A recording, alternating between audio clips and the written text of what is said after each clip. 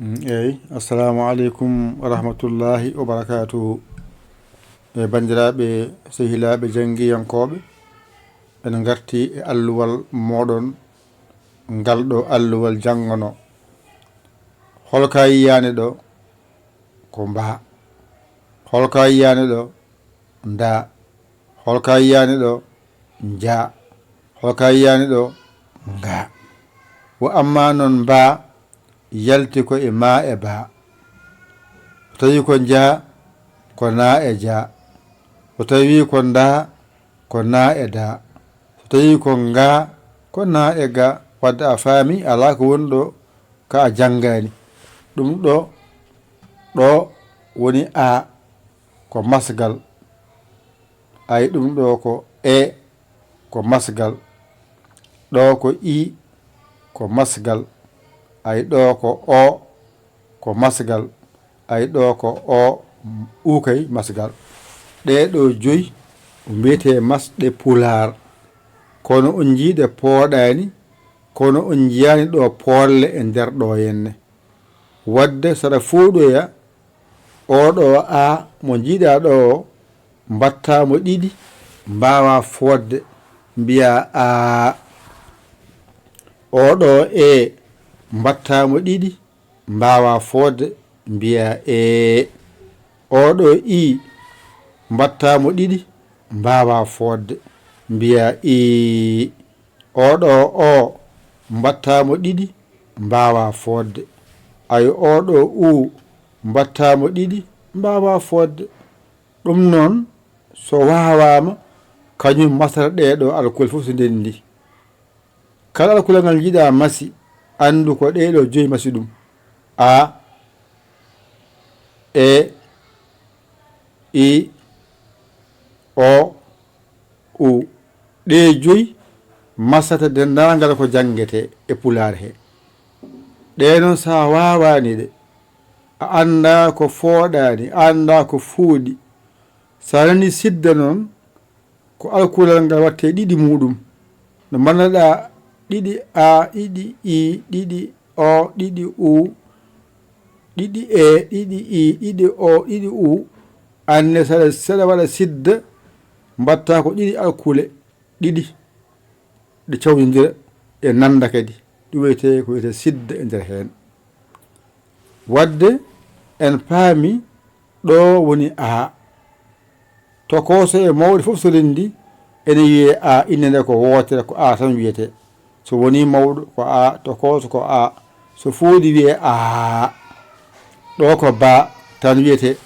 to koso ko ba mawɗo ko ba wadde ɗo wiyete ɓa to ko salyo banggal fof ko gotum innede ko wotere ko ɓa ɗo ko ca manggal tokosal fof ko ɓa ko ca tan wiyete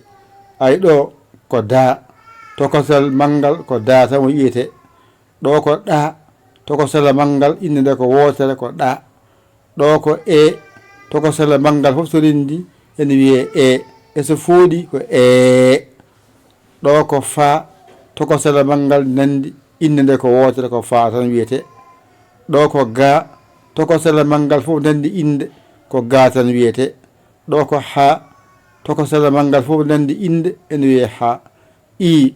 tokosal manggal fof ko i e so fooɗi ko i ɗo ko ja tokosal manggal fof so rendi ene wiye ji ani ɗo ko ka tokosal manggal ko ka ɗo ko la tokosal manggal fof ko la tan wiyete kono noon toskoɗa la tokosal ngal ɗo ene nande i mawɗo ɗo ko ma tokosal manggal fof ne wiye ma ɗo ko na tokosal manggal fof ne wiye na ɗo ko ña ay ɗo ala pesguel ay ɗo waɗi posguel wadde woni ña a faami ɗo ko ŋa ko les hofori les hofi wiya ŋa wadde ko oɗo ma e oɗo na e oɗo ña e oɗo ŋa mbiyete alkule ñonde a paamide so wiyama ñonde ɗinaɗe noon ko ma e ba walla na e da walla na e ja walla na e ga gasi ɗeɗo nayyi mbiyete ñondi ɗinaɗe mba nda nja nga so yama ñonde ko ngal ɗo ko ma e na e ña e ŋa on paami ɗon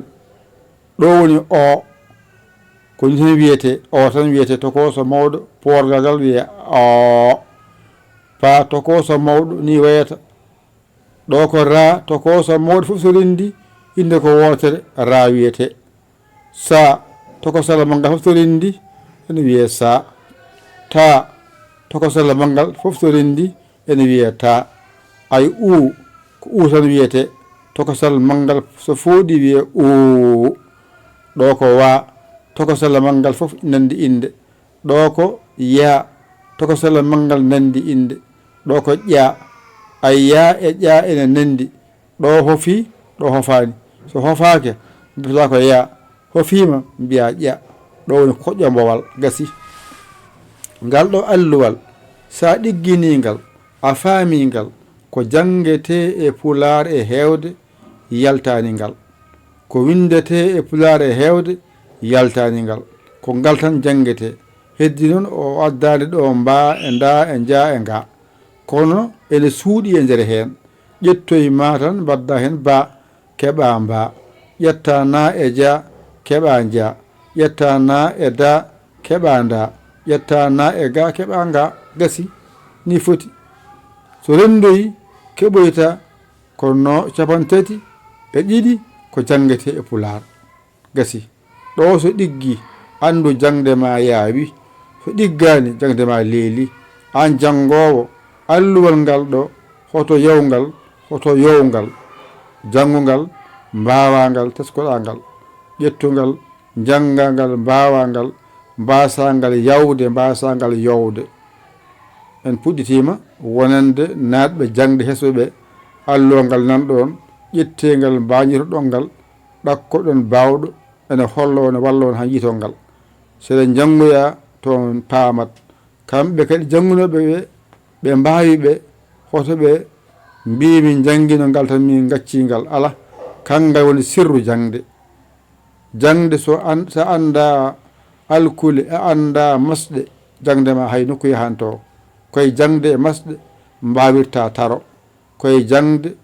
ganda alkule ganda masɗe ɗum dusanma ha mbatta tarde ɗum noon tarde nde ko hen paaɗen so Allah jaaɓi onon adiɓe arde ɓe wa amma ɓeɗon arɓe joni ɓe hesɓe ɓe kamɓene ɓe keble haɓe mbatta yiide bindol ngol ɓe mbatta windude bindol ngol walla goɗɗo kadi jiɗɗo yentodirde hen o kanko no wiyama bisimilla makko no ɓega garde ni o ada noon o rewa less o haala inde makko yettode makko ala suka ala mawɗo jiɗɗo janggo tan wiya ko jiɗɗo o wiya